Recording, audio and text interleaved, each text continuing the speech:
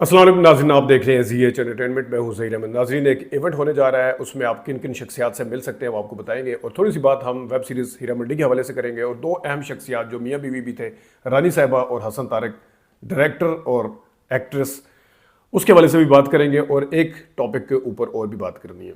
Event क्या है? Event है मास इंटरनेशनल फेस्टिवल, थिएटर फेस्टिवल जो है वो होने जा रहा है। आपको नज़र भी आ रहा होगा 2024। ये कल है जनाब 10 मई को, और इसको मॉडरेट कर रही हैं जनाब राबिया हसन साहिबा, जो कि रानी साहिबा की बेटी हैं। तो ये इसको मॉडरेट कर रही हैं। इसमें इसका जो टॉपिक है वो थिएटर के हवाले से, theatre away forward to film and TV. इसमें कोई शक नहीं है, ऐसा ही है कि थिएटर जो है वो बुनियाद है और रेडियो भी बुनियाद समझी जाती है। तो ये है, और इसके अंदर मॉडरेटर तो राबिया हसन साहिबा हैं, लेकिन इसके अंदर जो गेस्ट आ रहे हैं उसमें राशिद महमूद साहब हैं, बड़े सीनियर आर्टिस्ट हैं। इरफान खोसट साहब के बेटे, जिनकी अपनी बहुत बड़ी पहचान है, सरमद खोसट साहब, जो कि फिल्म डायरेक्टर, जिन्होंने मंटो, जिन्होंने कमली, जिन्होंने ज़िंदगी तमाशा के साथ और काफ़ी सारा काम किया हुआ है, वो भी आ रहे हैं वहाँ पे। कमल खोसट साहिबा भी हैं जो कि वहाँ पे आ रही हों, और मरहूम अहमद बिलाल, ये फिल्मों में आते हैं, बड़े अहम अहम रोल किए। इनके हवाले से हम फिल्म रिव्यू में बताते भी रहते हैं आपको। ये भी आपको नज़र आ रहा होगा, ये पूरा जो आपके सामने। तो ये जनाब 10 मई जुमे वाले दिन 8 बजे अलहमरा कल्चर हॉल जो है, हॉल नंबर 2 है शायद, हाँ हॉल नंबर 2, और इसमें ये होने जा रहा है। और यहाँ पे आप ना सिर्फ राबिया हसन साहिबा से मिल सकते हो, देख सकते हो उन्हें, और उसके साथ साथ आप सरमद खोसट साहब बहुत ज़बरदस्त हैं, आर्टिस्ट भी हैं, डायरेक्टर भी हैं, उन्हें भी देख सकेंगे, मिल सकेंगे। और इसके साथ साथ जनाब राशिद महमूद साहब और कमल खोसट साहिबा और मरहूम अहमद बिलाल साहब, ये सारे बात कर रहे होंगे थिएटर के ऊपर कि थिएटर ने किस तरह तरक्की की है। थिएटर के हवाले से जो भी इसका टॉपिक जो है वो मैंने आपको बता दिया। तो नाज़रीन, क्योंकि राबिया हसन साहिबा की बात हुई है, के हवाले से बात हुई है, तो क्यों ना हम बात थोड़ी रानी साहिबा के हवाले से कर लें।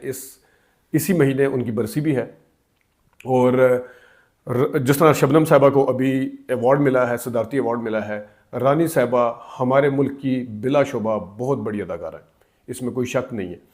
तो उनको अवार्ड दिया जाना चाहिए, प्राइड ऑफ परफॉर्मेंस हो या सितारा इम्तियाज़, या जो भी अवार्ड सदर जो देता है, सरकारी अवार्ड जो होता है सरकार देती है, उनको अवार्ड देना चाहिए। उनकी फ़िल्मों की फहरिस्त बहुत लंबी है, उनकी कामयाब फिल्में बहुत ज़्यादा हैं, उनका काम बड़ा डिफरेंट है, बड़ा यूनिक है, और उनकी अपनी एक पहचान है रानी साहिबा की।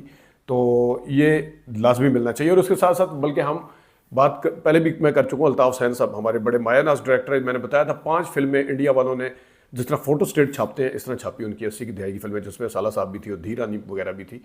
तो ये उनको भी अवार्ड दिया जाना चाहिए। तो रानी साहिबा को भी अवार्ड दिया जाना चाहिए। राबिया हसन साहिबा की अपनी भी पहचान बहुत बड़ी है, वो फिल्म क्रिटिक भी हैं, और वो बड़ी हाई फाई, उनका इंटेलेक्ट लेवल बड़ा ज़बरदस्त है। उनकी एस्थेटिक सेंस जो है वो अपने वाले से उन्होंने मेरे ख्याल में ली है, क्योंकि उन्होंने कुछ फिल्में भी बनाई हैं, कुछ डॉक्यूमेंट्री भी की हैं, कुछ शॉर्ट फिल्में बनाई हैं उन्होंने, और बड़ा अच्छा काम है उनका। तो ये जनाब एक इवेंट होने जा रहा है, और उसके साथ साथ ये था। हसन तारिक साहब की जहाँ तक बात है, वहाँ पे जिस तरह मैंने उस दिन अभी वेब सीरीज़ हीरा मंडी आई है संजय लीला भंसाली साहब की, तो संजय लीला भंसाली साहब वहाँ के जितने अच्छे डायरेक्टर हैं हमारे यहाँ पे, बिल्कुल उसी तरह के हसन तारिक साहब थे। बड़े लेविश किस्म के सेट के ऊपर जिस तरह काम करने की पहचान है संजय लीला भंसाली साहब की, और इसी तरह उनका ये जो ख़ासतौर पर हीरा मंडी आई है, इसको अगर पाकिस्तान में कोई अच्छे तरीके से बना सकता था, या कभी ये पहले बनाई है, जिस तरह अंजुमन फिल्म बनी, फिर उसके बाद फिल्में बनी, तहजीब तो खैर थोड़ी हटके थी, सीता मरे मार्गेट, फिर उमराव जान अदा को कौन भूल सकता है, ये फिल्में बनी हैं, जो कि सुरैया भोपाली, इसी तरह एक गुनाह और सही, ये सारी हसन तारिक साहब की फिल्में।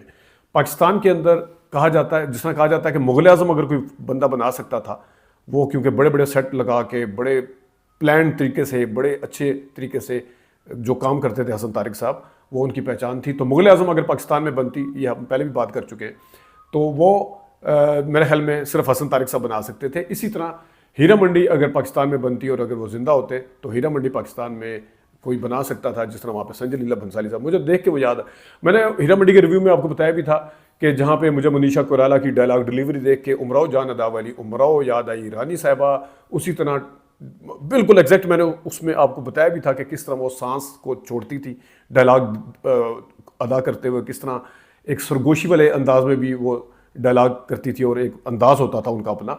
तो मनीषा कोइराला का इंटेंशनली या अनइंटेंशनली जो एक स्टाइल नज़र आया है वो कहीं ना कहीं रानी साहिबा से ज़रूर मिलता है। तो मेरे ख्याल में जो किरदार उमराव जान अदा में वो अमर कर गई हैं, अंजुमन में जो अमर कर गई हैं, तो इसी तरह मुझे जब याद आया कि मनीषा कोइराला ने उस स्टाइल से किया, तो मुझे ये भी याद आया कि हीरा मंडी का जो मेकर है, जो संजय लीला भंसाली है, वो उन्हीं रानी साहिबा का जो खामन था हसन तारिक, वो बिल्कुल उस स्टाइल की फिल्में बनाता है और बिल्कुल उसी स्टाइल से करता है फिल्में।